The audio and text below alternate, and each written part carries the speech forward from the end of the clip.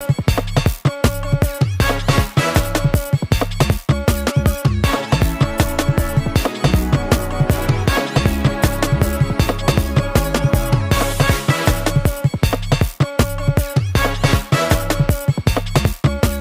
to Play Mass. I am Kimberly Singh, and today we're going to take a journey to the Southland to figure out all about South Mass, its history. We're going to chat with a section leader. She's going to show us some of her pieces, and we're going to learn a whole lot about her. So I'm going to introduce her now. Her name is Stacey. Hi.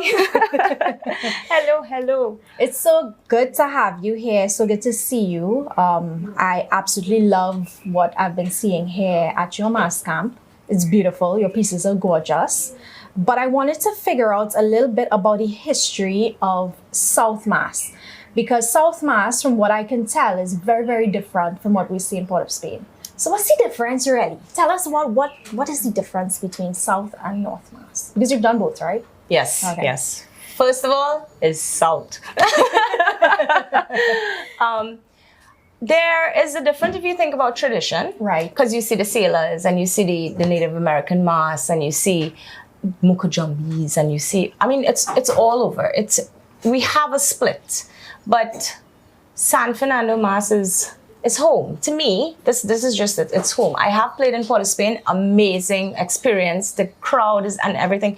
Trinidad people, we are people. No matter We're a vibe, no matter where we are, right? No matter where we are a vibe. And what brought me back to South, because this was just playing, I was a bystander watching Mass for a couple of years in San Fernando, actually, on Superior Street, that we have a spot there that we hang out. And this kind of triggered me in terms of getting back into it. And when I say getting back to it, my mom and her family used to do this, put out a section. Okay. They did that with Lajagusa. They did that with Zainul Muhammad. And it was sort of something that was embedded with me, because you have the same thing that you see going on here. I have not changed anything. The same exact thing that I'm replicating. We go to the band leader. A band leader, now I'm just a section leader. Okay. We select our costumes. They do a sketch for us. They tell us this is the colors that they want us to use, Right. that sort of thing. And I stepped back into it after a restful time. And I would say that was time of healing, because I lost my mom. Right. And I would say getting back into it really triggered me. I have no idea why I stopped, because she was the head. She's no longer there. We have my uncles, and they had ceased as well. But then last year, I was triggered when my aunt took a section. Ooh. And she said to me, yes, she said to It got me, you going. That's right. She said, I took a section, and would you guys like to? And I was like, really? And she said, you're going to have the liberty of building your costume yourself. Oh. Kimberly, I started with just cutting one piece of material, and I could have felt mommy just flowing. Yeah. Her ideas, everything she was about, and memories just come crashing by, me sitting on the table helping her cut stuff, my aunt sitting around, and we're gemming and we're putting stuff out Right. and building that costume. It just immediately came back, and it hit me. Why did you stop? Yeah.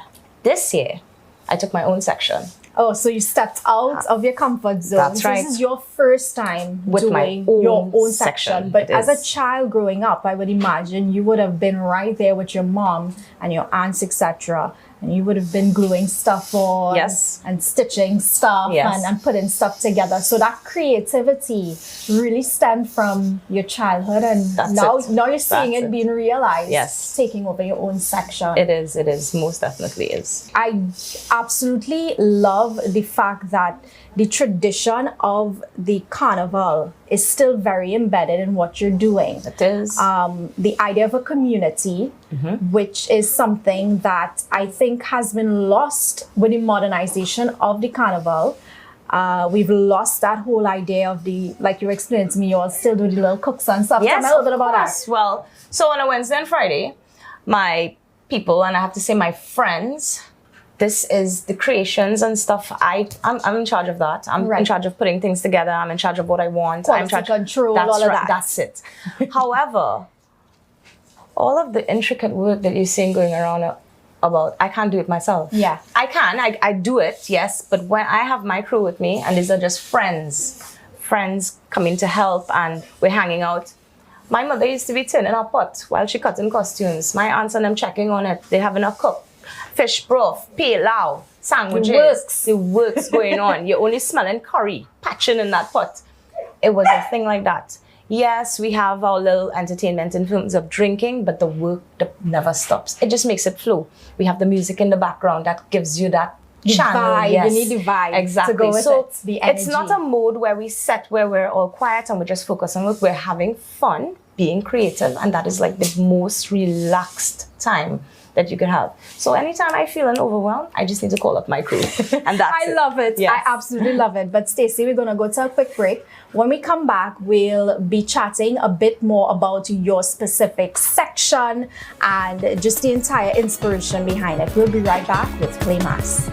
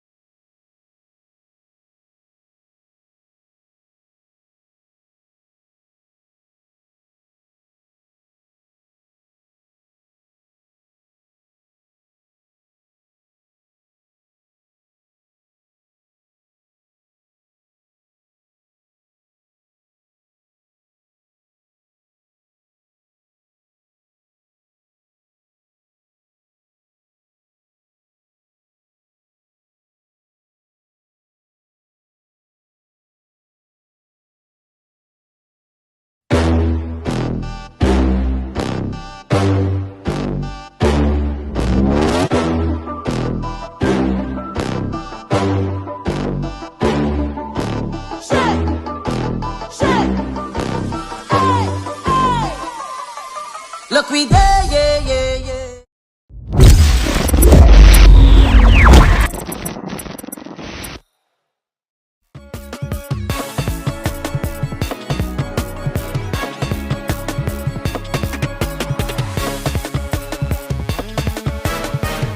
Welcome back to Play Mass. And of course, I'm joined with the lovely Stacey. We were chatting a little bit earlier about the history, about South Carnival, the difference with North and South.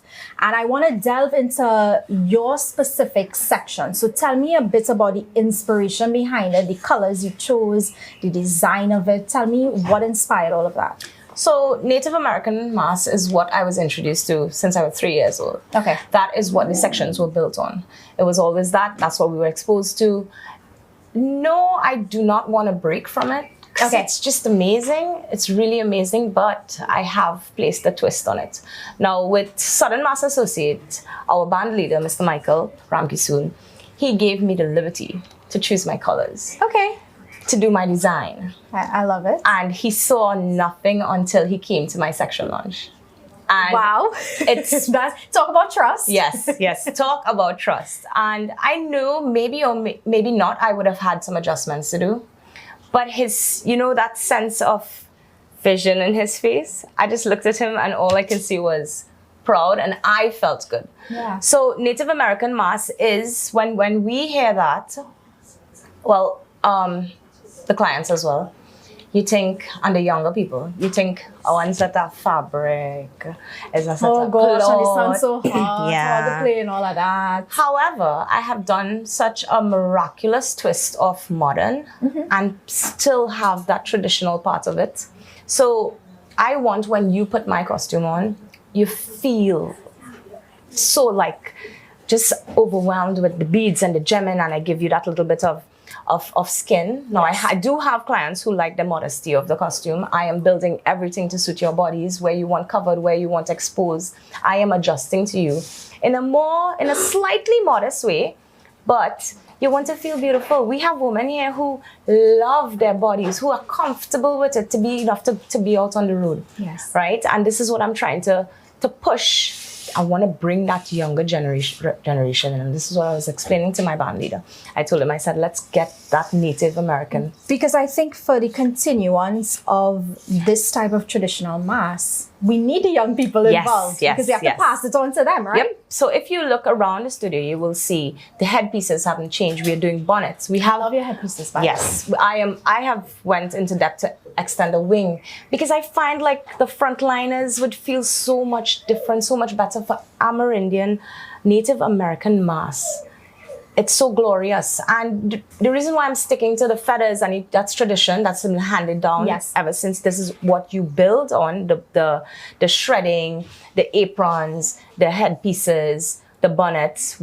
I'm sticking to that because feathers are what? Freedom, power, you feel majestic. Like you have wings and you can fly. That's right. And it's honor and trust. Those are the meaning of what feathers are for. And when a woman put on my backpack, that's what we call it, right? Your backpack. She just haven't, girls who come into trying costumes, just putting on the wings and they're ready. They say, we're feeling it, it's all in my knees. I say, yes. So you liberate them. You give them a choice. What would you like, frontline or backline? Right. There are a lot of things that we can cover in terms of, it's nothing we can cover because there's so much we can do in terms of the symbols of Native American, the designs of it, switching up the top pieces. The bonnets usually stay the same. It's the actual defined artwork. And I think with the bonnets, you can tell that is a distinction and a very distinctive part, rather, of the costume itself. And it tells you, okay, this is a Native American costume. Yes, it stands out, and your pieces are very, very lovely. Tell me, before we go to break, about the colors, because I find your blend of colors are very, very beautiful. It's very vibrant. It speaks of celebration to me. It does. The colors that I chose this year were based on hummingbird. Okay. I wanted it to flow. Now, that did not tie back into Oklahoma Pride. That's the name of our band, right? Oklahoma Pride. And we have orange. We have 6 different sections. Okay. Orange, we have green, we have blues, and I wanted to be the awakening of Oklahoma Pride. So I decided to go with the turquoise and the golds and now I am using gold and silver in my band. Which is interesting. Which is the majestic part, the life of it, that glow. And I said to them, San Fernando, when you wouldn't have to look for the section. Yes. It's going to be noticed from a distance. Yeah. Right? And one of the tribes that we're into now, that we're focused on, based on Oklahoma Pride, is he was a protector of family and children. And that's why I tell you, we're liberating it into, it's a family-oriented band. It's family-oriented sections. Which is another thing, as you mentioned, that family-oriented. I recently read, probably was last year Carnival, where a person said, they felt so uncomfortable taking their children to see mass because of a little bit of clothing. Yes. It's a bit of clothing, yes. Right? And, usually that was a tradition a long time. People would take their kids. It would be a family thing. They would be bystanders. They would look on and they would enjoy it. Do you think with the mass that we see, like you guys are putting on in your section and with Oklahoma Pride in general, it's something that families could come out and really enjoy and not feel uncomfortable or cringe yes. that their kids are around? Yes, I know. people will take that into consideration differently. I have my views on it, but I can guarantee, like my section, we have the modesty. We're gonna keep the modesty, because with respect to the Native American tribes, there's a lot of things that you don't want to disrespect. Right. Now, whining and having a good time, it's fine. And I believe that's why I wanted to go back out there. Standing there, last year when I played, walking through that crowd on Superior Street alone, children watching, waving. Yes. Now, my husband and I, we built things separately to hand out to these children. Okay. Because when we were small and we on the road and we're not playing mass, we're trying to pull out people's feathers from their costume. Yeah, and you're trying to see just a little whose stuff fall on the floor and you want to grab bead, it. a gem, something we want to get at. So he sits and we make stuff to just give out to children. So lovely. And then you have families now.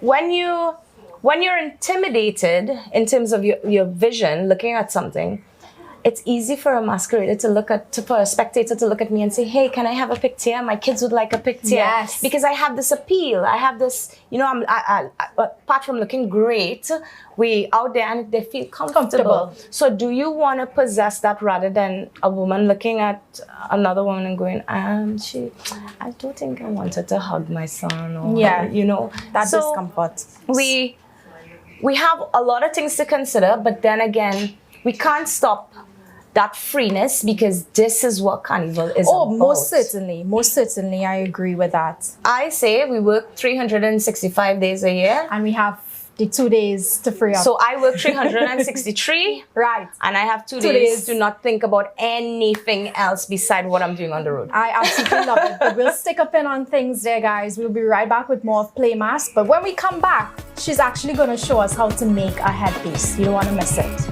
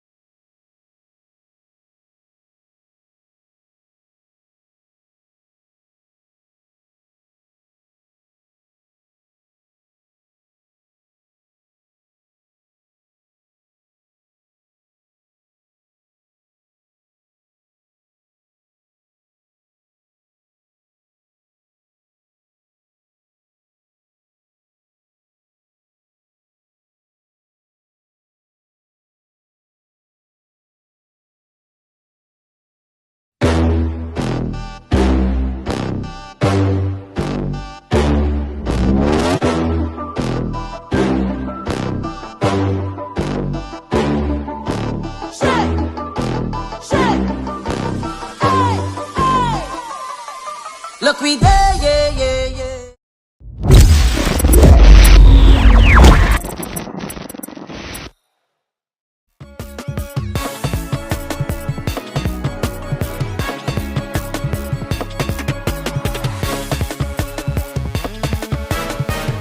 Welcome back to Play Mass, and I know you guys are loving my headpiece already.